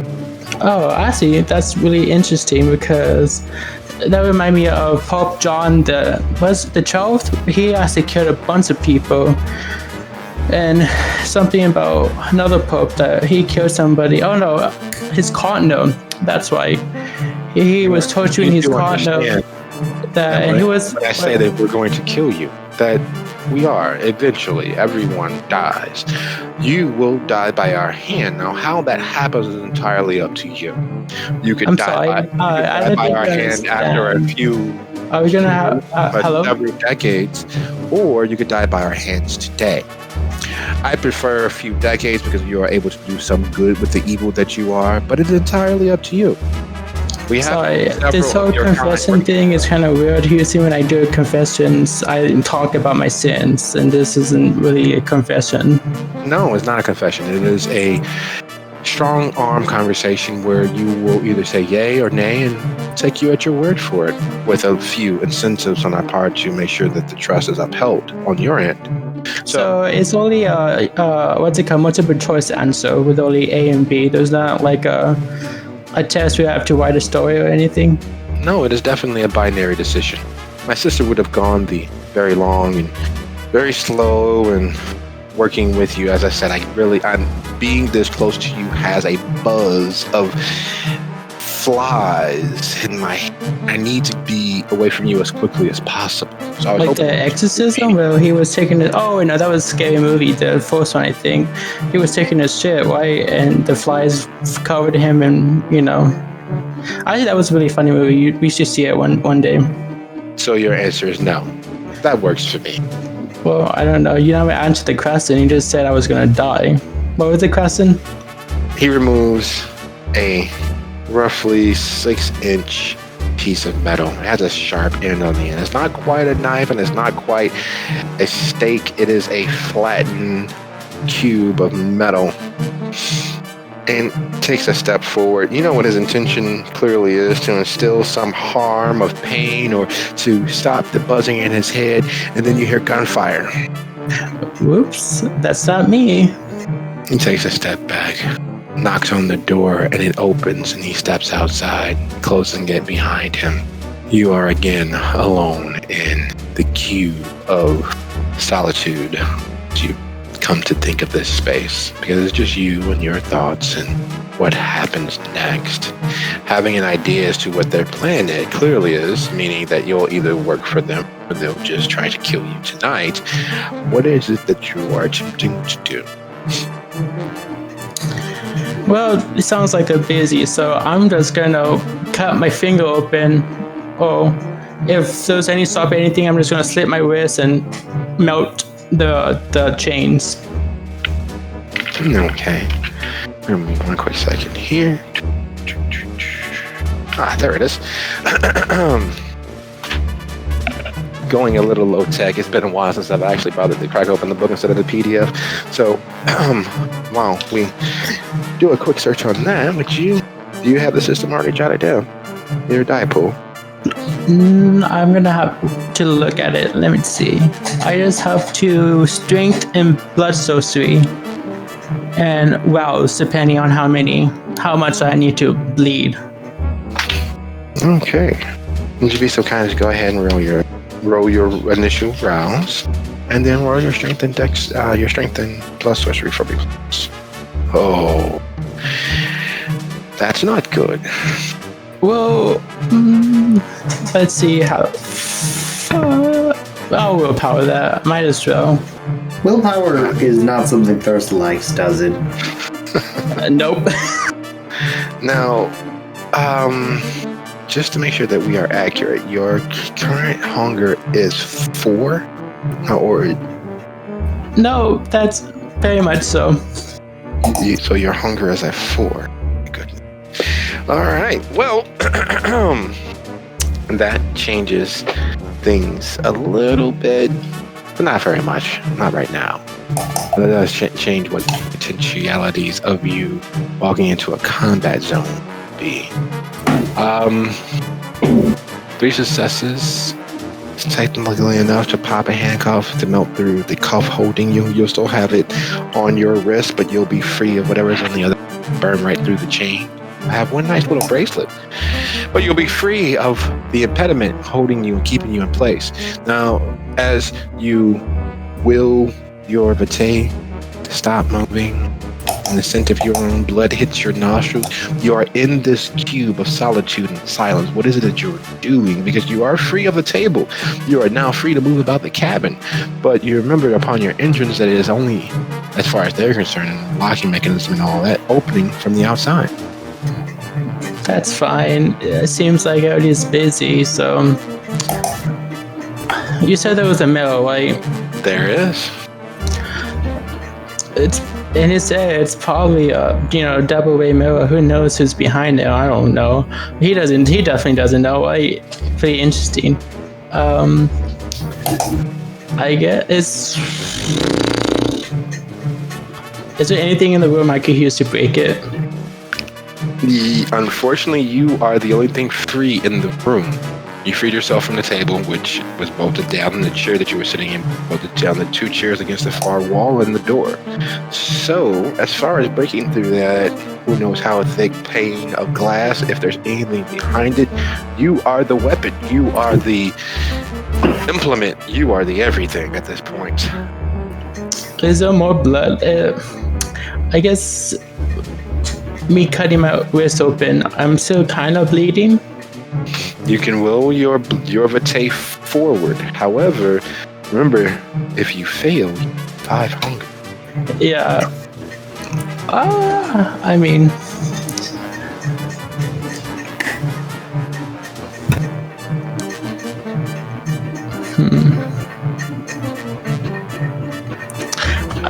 You're just gonna... You know, he's already in the long game. Why not have fun? Yep, he's gonna break the window with his blood. Melt it down. All right. That being the case, go ahead and give me that rouse roll. Let's see what fate has in store for you. Those, please don't do this to me. Because, yeah. My curse you. I just want to point out, this is karma. Okay, bad joke aside, continue. All right, so willing the vitae to flow, the beast leaps from its not necessarily deep nor dark pit in the center of you. The last thing that you are cognizant of is the scent of your own vitae hitting you. Now, here's the situation. Normally, if you receive any damage, you're going to go toward any damage at all. Unfortunately, being at 5 hunger, the scent of any blood will set you immediately into a frenzy.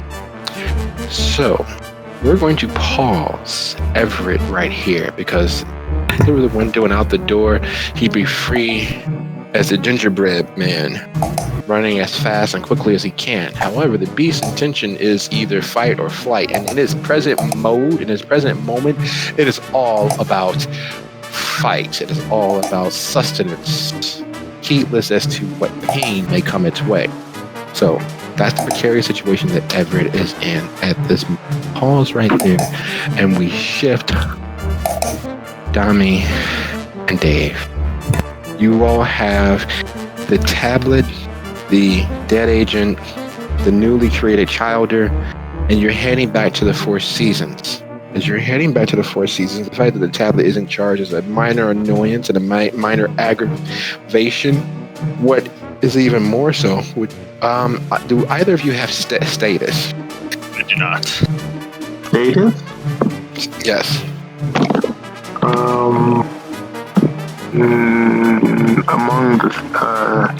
Among the Hector, yeah, I've won that, but I think that's kind of a negative thing. It is. It's infamy in your regards. So that being the case, would you, both of you roll your intelligence plus occult? It increases the amount of successes you'll need, but be opportunity. I see it on my one die. You only have one wit? You said wits? I said intelligence.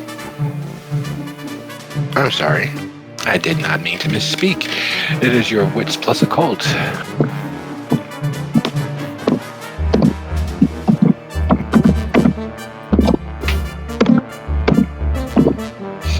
Okay.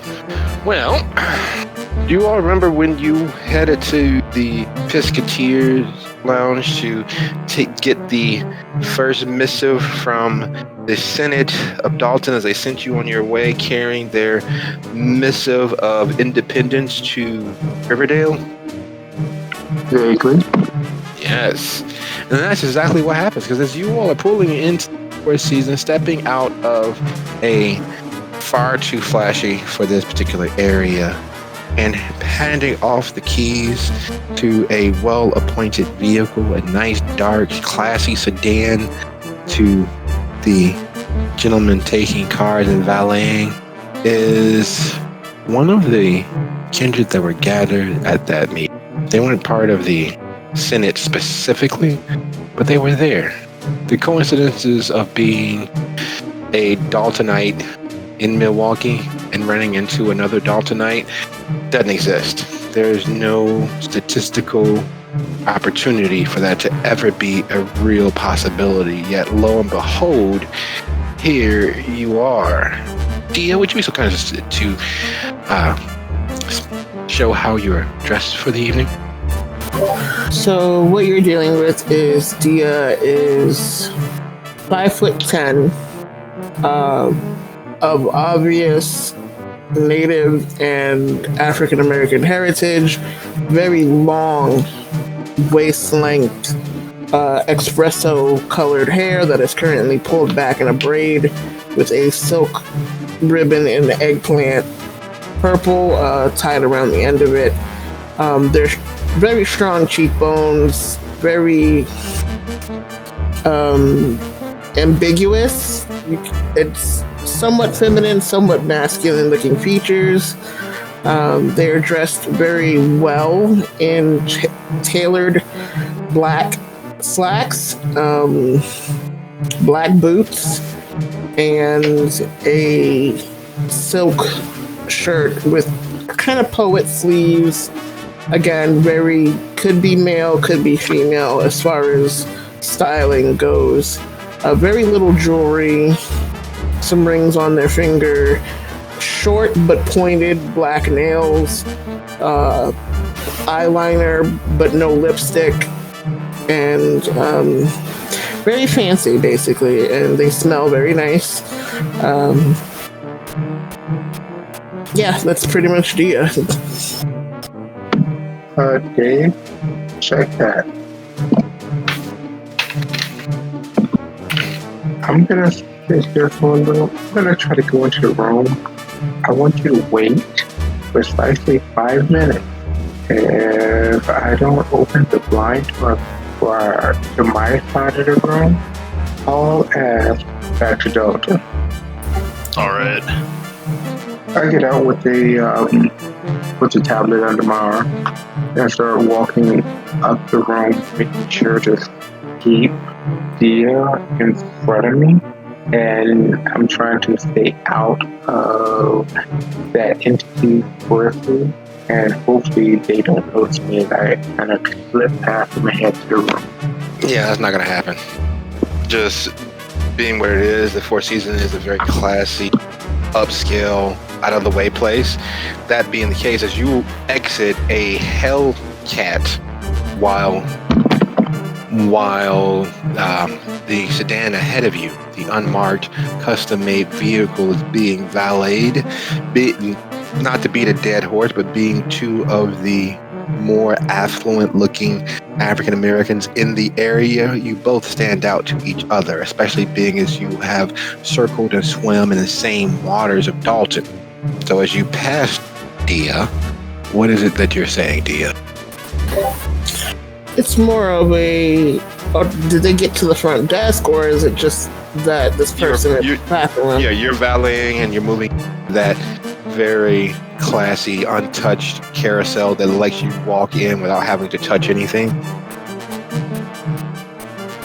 I hope this is not going to be too boring, and that I don't have to wait too long for whoever these rabble are. Speak of the devil, and he shall appear, and there is one of the rabble there, dressed in his long coat. I take it, Dami? Yep. Long coat, hoodie is flipped under the coat, so it makes a slight bump right there. And pretty much black on black. What is David doing in this situation? Still just waiting. That is entirely up to you. Are you going to still wait? Or are you just going to park the car? Are you going to valet the car? Or are you going to follow Dami? I guess I'll now park the car and follow Dami in. Fancy meeting you here. I don't think you've ever thrown your name. You wouldn't. But it is well, I'm not gonna lie and say pleasure, but I am Concordia White, and you are?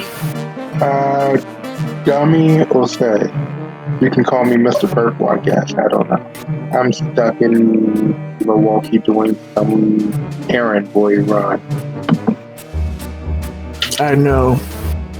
That's why I'm here. Where's the rest of your group? I got one in tow. The rest, I have no idea. I'm assuming they're still in tow. You lost members of your group. No, more like they just never showed up. So, were they murdered in the night?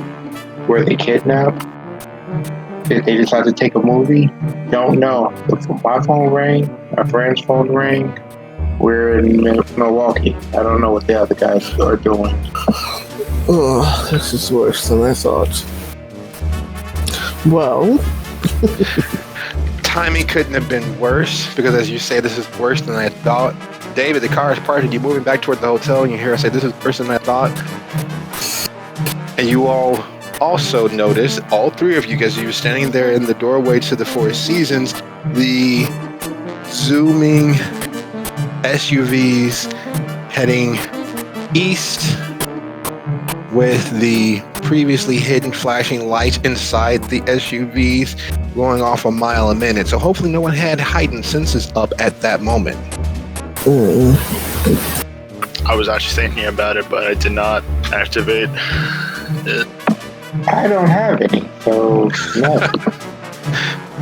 So no little sound, but definitively the flashing lights that says there's something bad, something big, something happening that way. Define that way for me. Oh, east. Not quite the southeast where you all were most recently at, but definitely east. Definitely toward the lake. We might want to go that way now. I started heading back towards the Hellcat. We, as in you two. I start running behind Dami, saying, "What do you think they could be after?" Remember I told you horses, and that would be a good place to check? Oh, shit.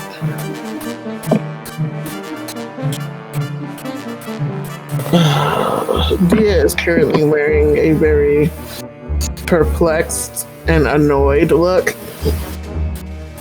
trying to decide should they keep going to the salon that they were originally meant to go to or follow these two. Well, one is a battle of wills and emotional might. The other is God knows what, but is also from your neck of the woods. It is native to you. I crank up the Hellcat and get her ready to go. And as soon as whoever's moving towards it gets there, I haul ass, squalling tires. I'll hop in quickly with him. Shotgun. Okay. So,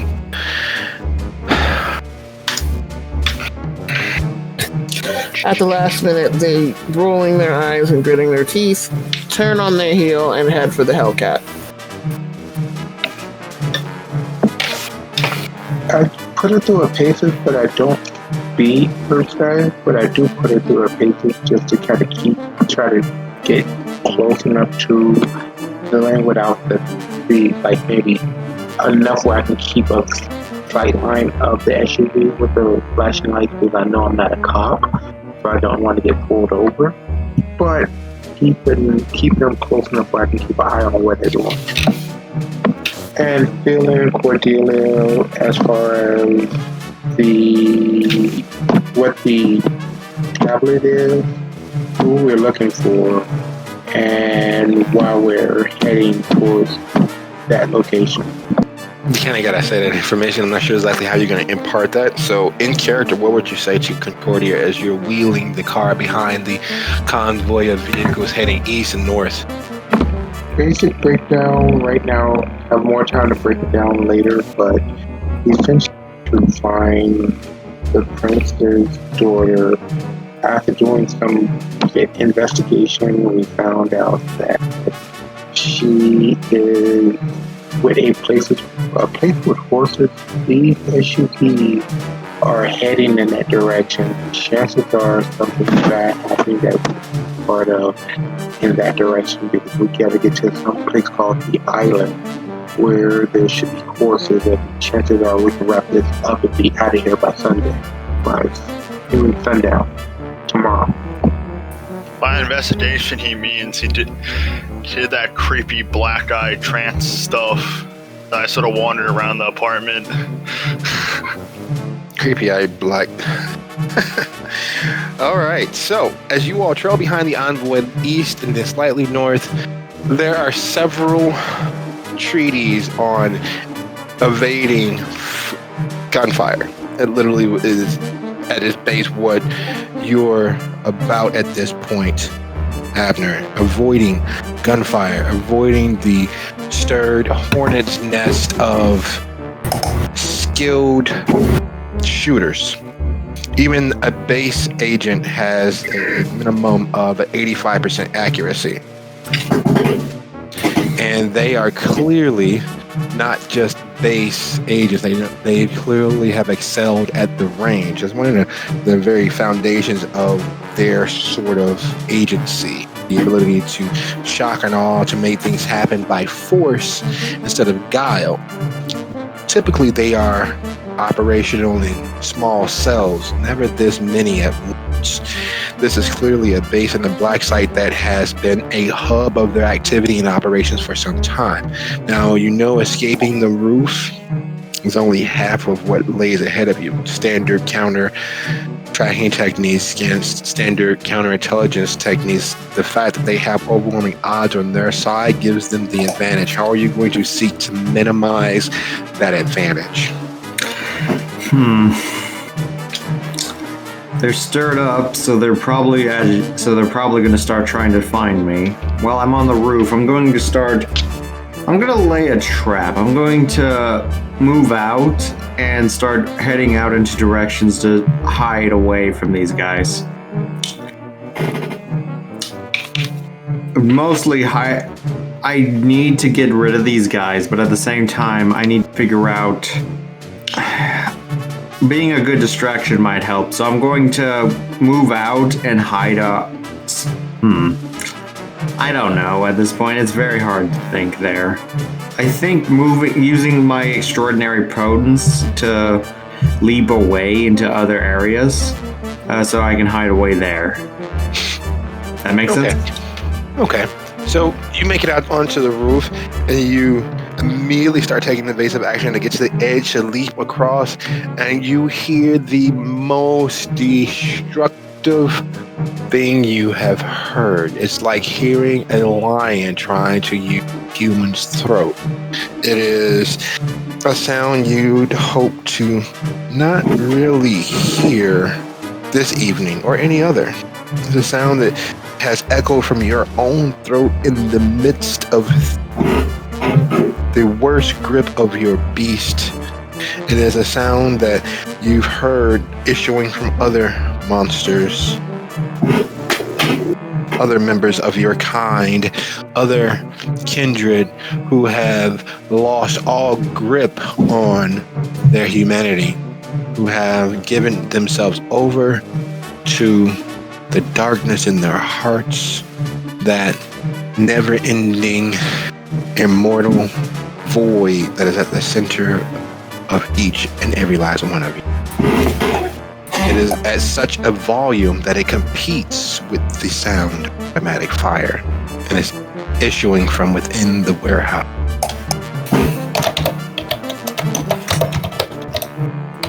I didn't hear the last part. It's issuing from within the warehouse. Okay. So, a monstrous kindred is in there. Yeah. Let's see here. I'm dealing with a bunch of operatives that are literally the most gun happy I could ever see. Trained operatives that are very good at destroying things. And a monstrous kindred that, if left unchecked, will cause trouble. Yes. I see one of these problems solving the other, but not the other way around. So I'm going to keep an eye out on the building at this point, because chances are they're going to kill whatever kindred's inside. So, hey, that's one job done. So I'm just going to let that happen. And if the kindred manages to somehow escape, I'll track it down. Otherwise, I'm just going to let them do whatever. I don't know this kindred. Foreshadowing.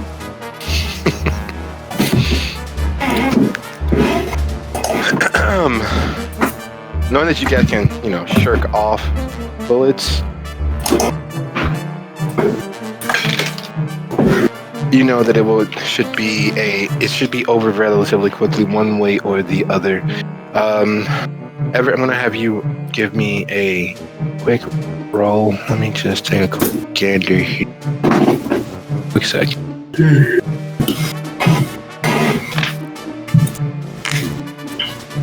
And of course, it's being problematic. What are you looking for? I have my book in front of me.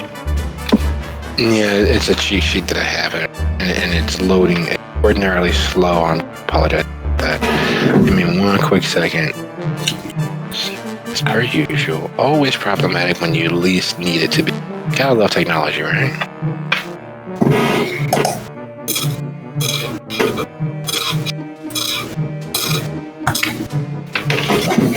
Yes, there it is. Okay.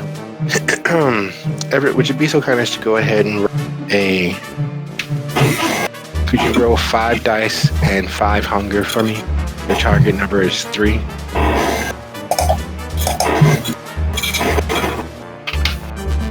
God. Always. Really good or really, really bad? In the blink of an eye, there are agents falling from the shock and awe of the roaring beasts that appear out of the dark nowhere of their underneath. That is really, really bad overall, because now they're focused. So, several things happen at once. It takes them a second to right themselves. And let's see how successful they were. Ha! They weren't, strangely enough. Alright, so. Still not goodness, but you live a second longer. While that's happening, as you're waiting on the roof for whatever's happening inside the warehouse while you hear the screams and deaths of humans happening within, you see the telltale flashing lights of other support arriving on site. They come in, for lights flashing, sirens are going with the intention of some silent alarm having been tripped, some backup called in to assist. So there aren't any sirens, there's just the flashing lights as they tires squealing, going up on 2 wheels as they take the left onto the block, getting to a stop, and you see roughly 4 out of each vehicle hopping out and rushing toward the roads. The idea of fucks and clusters filters through your mind as you are sure that even with the gruesome graphic screens of death from inside the warehouse, that whatever is inside will eventually be put down. More than likely not without an extremely large loss of human life, but there's a fair trade in there somewhere. It is even more food for thought as roughly a quarter of the block back, just out of their sight as they storm the warehouse, you see that unforgettable, very memorable black on black Hellcat slide to a stop just outside of their immediate purview, and Dami and David and some lovely young lady stepping out as they watch as the SUVs they followed here begin storming and accosting the warehouse. Firearms are blazing, bullets are flying. These agents are for this cell, right? They're not actual SI agents, other than they're just members of the cell, correct? They, according to your report that you received from Cooper the other night, they have mission purview.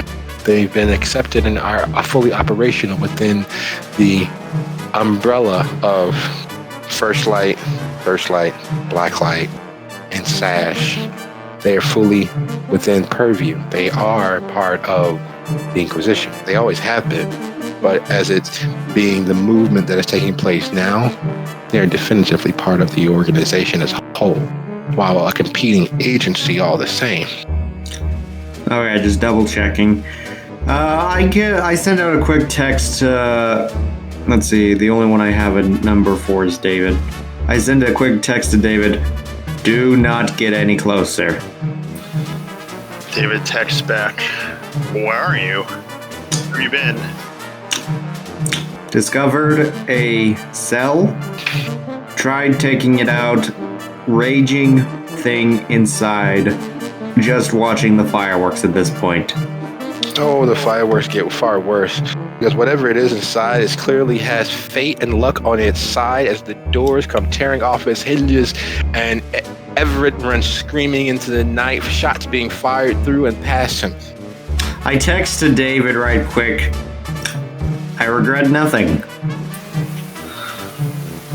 And as Everett Are runs, there horses around anywhere in Storyteller? Are there any horses? horses? No, So this isn't the right place now. probably not. Oh, well, screw it.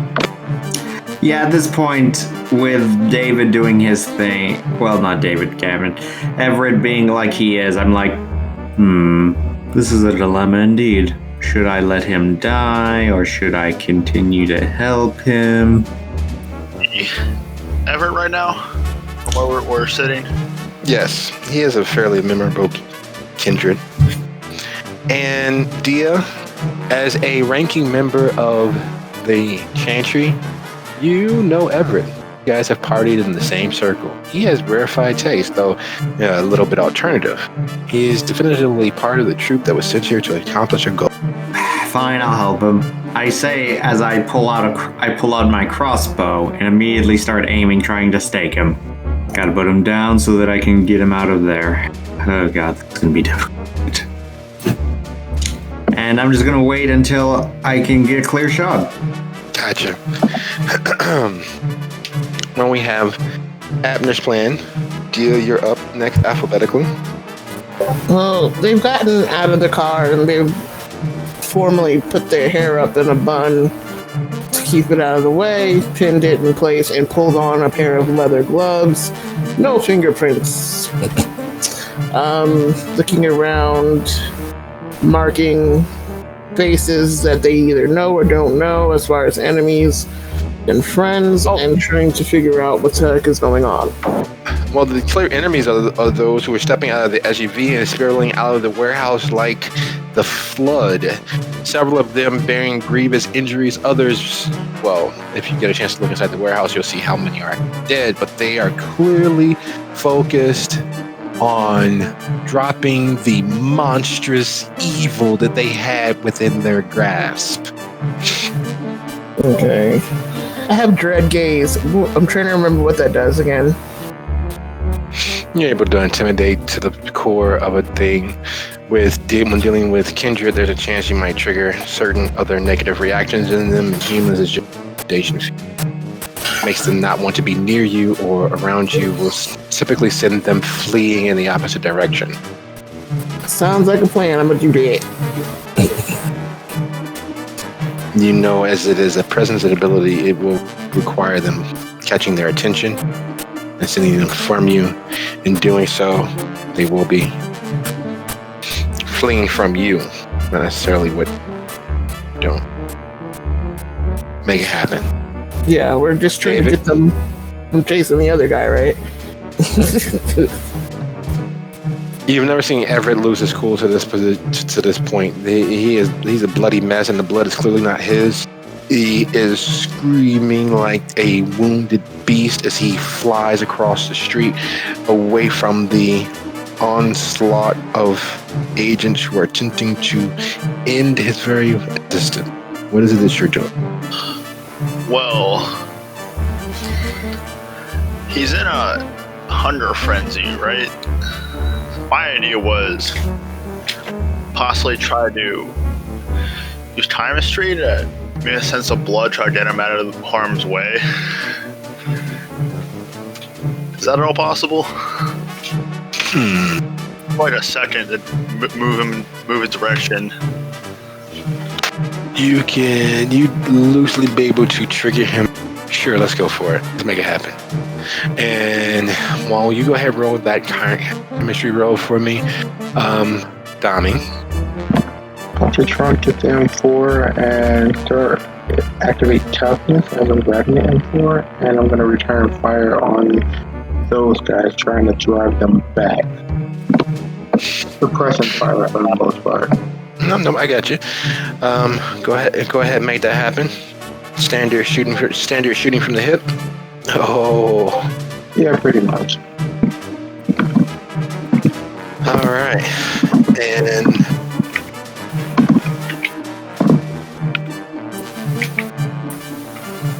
Abner, your roll. Oh, sorry, I didn't hear. My bad.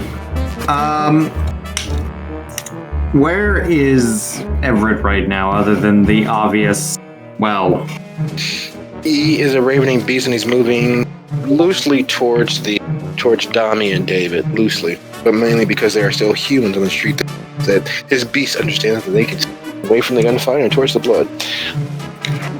All right, I'm gonna have to take a shot. Chances of this actually hitting? Very unlikely. Do I care? Not really. I pull out one of my range stakes, which is, I only have 3 of these things, so this better hit. Composure plus firearms? Sure. Alright. I just need to incapacitate him. That's all I need to do. This is not going to get well, and I know it. Okay, this is not going to get well. Can I, am I able to make a surprise attack against him? Not for the stake attempt. Alright, fair enough. Just making sure. 1 second, I'm going to re-roll 2 of these. I'm doing it in spending a willpower for this. Okay. 3 successes. You know, you can just tap the little dot there. I do not trust that little dot there. That little dot there worked for me. I don't blame you. It cursed me earlier. I do not trust it. I do not trust it, Sam I am. That little dot screws us over more than it helps. I know that much for a fact. That's true. I can't admit that. So, in this cluster of things that are happening, let me give a roll for the heroes, the good guys, the monster hunters and killers who are determined to save the world by any means and every means possible. Let's see. By the way, storyteller, that die roll was for toughness. It's a raw feeling back. No, I gather. Yeah, thought you would have rolled it earlier, but you didn't, so I was waiting for you. Good. Alright, so. That was impressive. 2. Less than. The agents who are spilling out are met with the very real dread of life that they have never not took the occasion for. However, somehow in this moment, the fear of eternal damnation somehow sets in as they set sight on that Hellcat and the woman standing next to it in these gloves that really doesn't go with her outfit. As they pause for a second and begin fleeing away, they are met with the very real and very loud sounds of not a modified, AR-15 or M16, but an M4, which is not dissimilar, but is different enough that they know that they are under attack. And they begin searching for cover. Everett comes barreling on his side, opening up with a pole.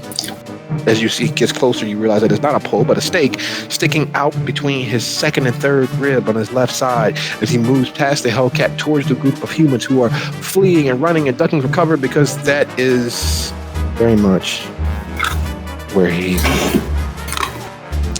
And with all hell breaking loose, with the real potential death laying ahead of the coterie of this group, of this troop, with Abner in a sniping position on top of crossbow leveled and aimed towards Everett as he barrels into the crowd, and the Knights of St. Judas begin returning fire. Thank you.